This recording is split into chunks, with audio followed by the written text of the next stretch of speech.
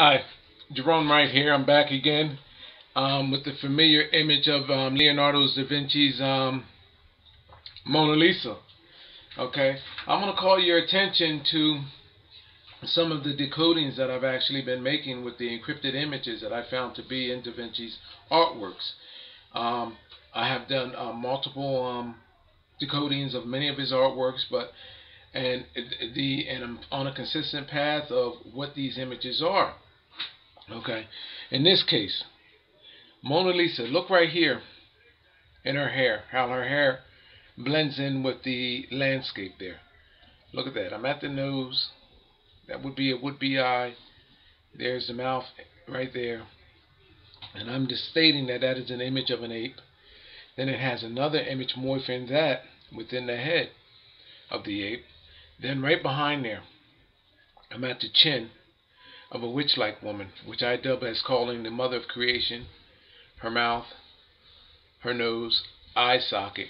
And again, these images morph all along. There's another likeness. There's another chin, there's a mouth, there's a nose, and there's an eye socket. Okay, these images are stacked upon each other, and they morph each other to show how creation of mankind actually came to be. Now, down here in the landscape as well too, as when I flip the page, you will see that these images are consistent with one another of what I'm actually telling you here. And then I'm going to go into other findings that I made with the image. Okay, let me see if I can yak this down without hurting anything here. In fact, I'm just going to take that first page off. Let me see if I can get that to swing over. Take a look at what I've highlighted there for you. These are the encodings that I found that Da Vinci and many other Renaissance artists, they used the hair of the prospects of the portraits that the person that they're making, if that sounded right. The person that is actually modeling for their image, they use the hair to actually make the encryptions. And okay, and this is what I found. Look at all of these different beings. There's a witch-like being right there. Oh, stop. Or did it stop? No, okay. There's a witch-like being right there. The dot is at her mouth. There's her nose. There's her eye. Look at the ape right there on her side of her face, and there's another ape turned back on the other way. I created the white-like hair to give to separate it from the rest of the images. There's that image of the ape that I told you, an image of like a man right in there. Look at the witch-like being. She has a horn coming off of her head. Down here along the bottom, the rock landscape actually takes on the shape of a creature, which I'm going to turn it around and show you that right now.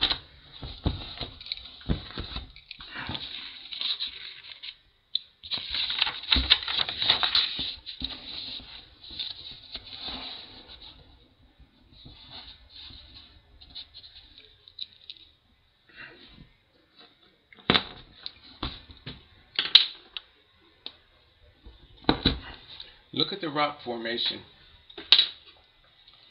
here.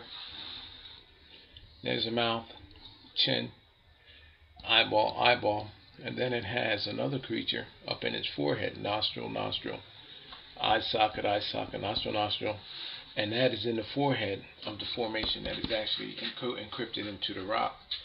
And it shows you how these beings evolved through this rock, which I actually like to say that it is a seed, meteorite or asteroid that actually came in from space, a celestial body. And it shows you how life evolved from this matter, this solid matter, and actually came on to becoming the image of mankind, which is actually the portrait of Mona Lisa is all about here. These beings are shown morphing into the state to finally becoming that of Mona Lisa or mankind. Now I'm going to go to another image. I'm going to keep this ball rolling here.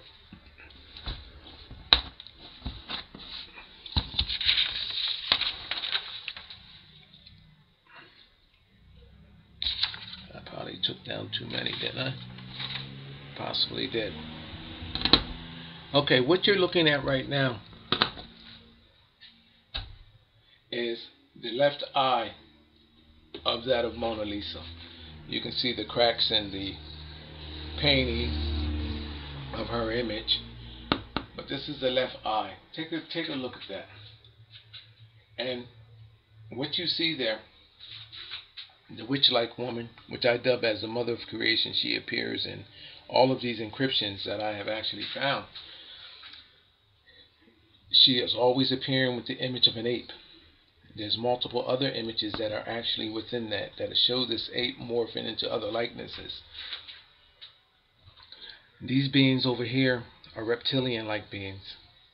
Okay, then there's other reptiles that you see off to the side, and it shows you these beings going off in different directions.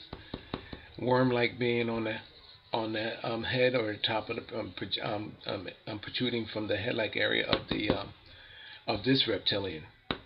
That image is very familiar in a lot of encryptions that I have found and decoded. Now, you Google the image and enlarge her left eye, you would possibly see, now that I showed you, you could possibly see everything, but this image right here is the first one that you'll see. And it's a head with two heads actually attaching them each other, and they're morphing into all different directions there. Now, through their mouths, which actually looks like a tongue, it has them woven together to show you how the DNA, the genetics, actually ran through all of them. And as you see, it's red here, and then I stop it, and it's actually attached to the skin portrait of the Mona Lisa, showing you that this being was the last contributing one till it became the likeness of mankind. Look at this. Reptilian shows the tongue of the mother of creation out, shows the ape, you know what I mean, and shows these creatures, and shows how the DNA passed through all of them in utilization of this tongue, which is like a serpent, and showing you how the ultimate result was that of Mona Lisa.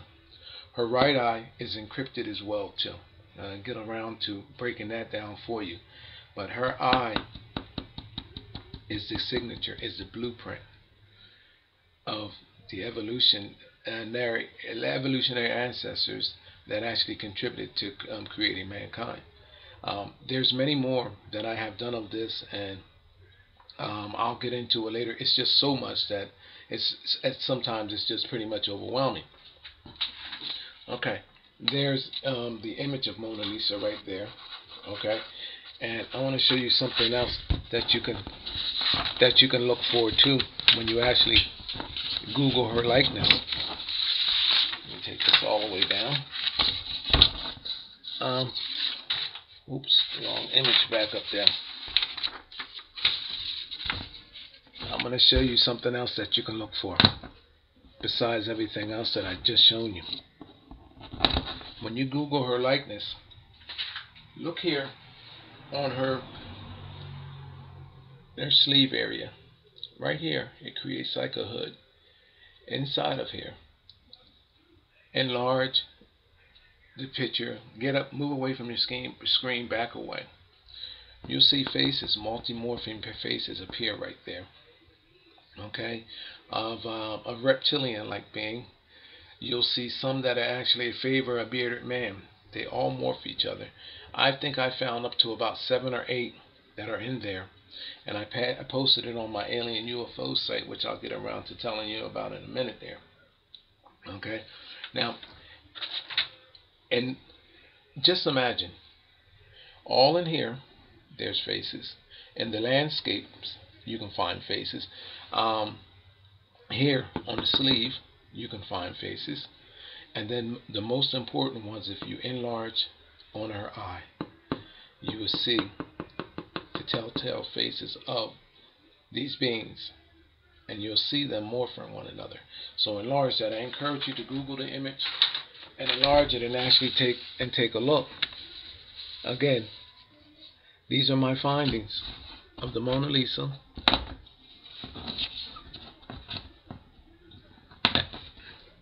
And this is what I can see. My site, where I have a lot of this information already on. I've been working on this now for almost 3 years.